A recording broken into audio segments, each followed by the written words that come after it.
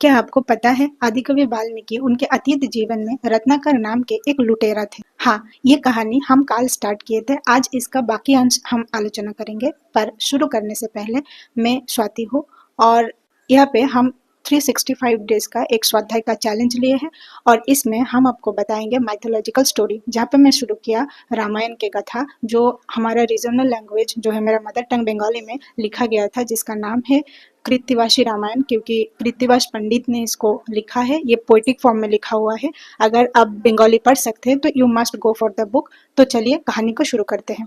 जब ब्रह्मदेव ने रत्नाकर को राम नाम पे दीक्षा दिया और कहा बस इसी नाम को जपते रहो, तो उन्होंने एक जगह बैठ गए और आने वाले 60,000 साल तक वही एक नाम को जपने लगा। इसी टाइम में उनके पूरे शरीर को कीड़े खा गए और मिट्टी का ढेर बना दिया।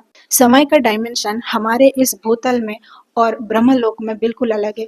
एक क्षण वहाँ का हमारे यहाँ का 60,000 साल बीत गए। ब्रह्मदेव दोबारा धरती पे आए और देखे कहीं भी कोई मनुष्य है तो नहीं, लेकिन राम नाम सुनाई दे रहा है।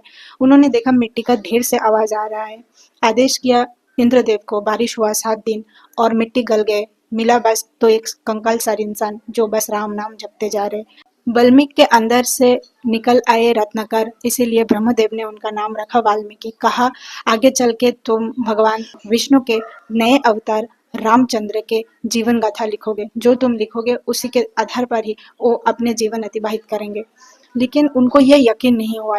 ब्रह्मदेव ने कहा जब समय आएगा आपको संकेत मिल जाएगा, उनके आशीर्वाद से ही आप लिखोगे उनके जीवन गाथा। समय बीतते चले गए। एक दिन उन्होंने स्नान करने के लिए नदी किनारे गए, जहाँ पे एक व्याध आके 2 श्रृंगार में रत पक्षी को मार गिराया।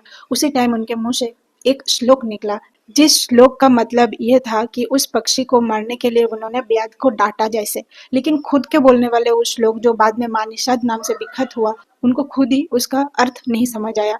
उन्होंने भरद्वाज मुनि के कुटीर में गए। इस टाइम नारद मुनि आए और उनको समझाए ये संस्कृत है, इसका मतलब ये होता है। और इसी छंद में, जिस छंद में माँ निषाद छंद में अपने इस श्लोक को कहा, इसी छंद में भगवान रामचंद्र की जीवन गाथा आप लिखो। पूरे स्टोरी लाइन उनको बताया नारद मुनि, और इसके आगे पीछे डिटेल में जो कहानी स्क्रिप्ट राइटिंग जैसे होता है, ये करना था महाकवि वाल्मीकि को। यही है रामायण रचना का पूर्व कथा। तो आपको कैसा लगा? आज 35th डे है हमारा स्वाध्याय का। हम आदिकवि वाल्मीकि के जीवन के बारे में थोड़ा बहुत जानने की कोशिश की। अगर ये कहानी आपको अच्छा लगता है तो आप चैनल विजिट कर सकते हैं। राधे राधे।